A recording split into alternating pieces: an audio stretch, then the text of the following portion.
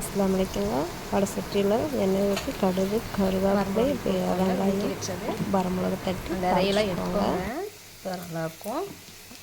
விதப்பட்ட குழந்தைங்க சாப்பிட மாட்டாங்க.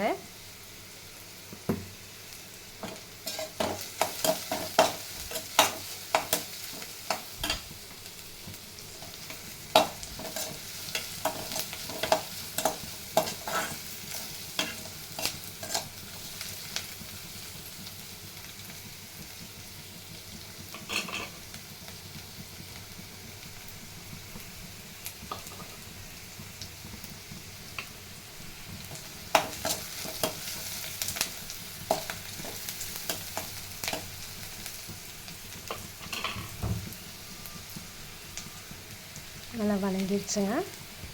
பீட்ரூட் பாருங்க, கொஞ்சம் தண்ணி ஊற்றி வேக வைங்க, இல்லாட்டி தண்ணி பீட்ரூட் வணங்கிடுச்சுங்க. கொஞ்சம் தேங்காய் சுரங்கி போட்டுக்கோங்க.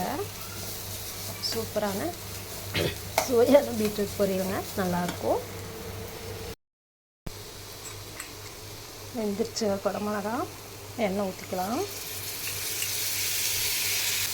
அது கூட வெங்காயத்தை போட்டுக்கலாங்க. வணங்கட்டும்.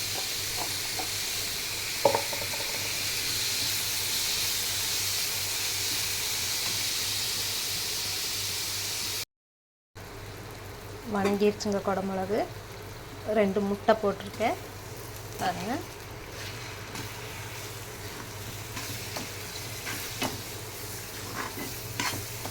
மூணு குடமிளகு கலவாக தான் இருந்துச்சு.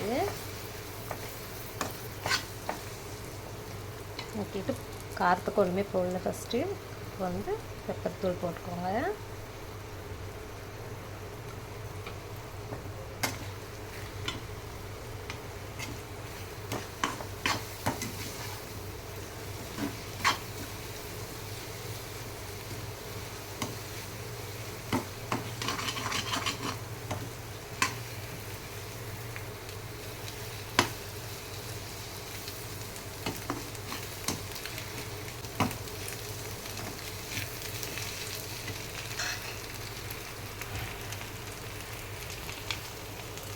அவ்வளோதாங்க, நம்ம குடமிளகா பொரியல்.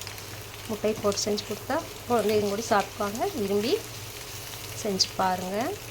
தேங்க்யூ. அஸ்ஸலாமு அலைக்கும்.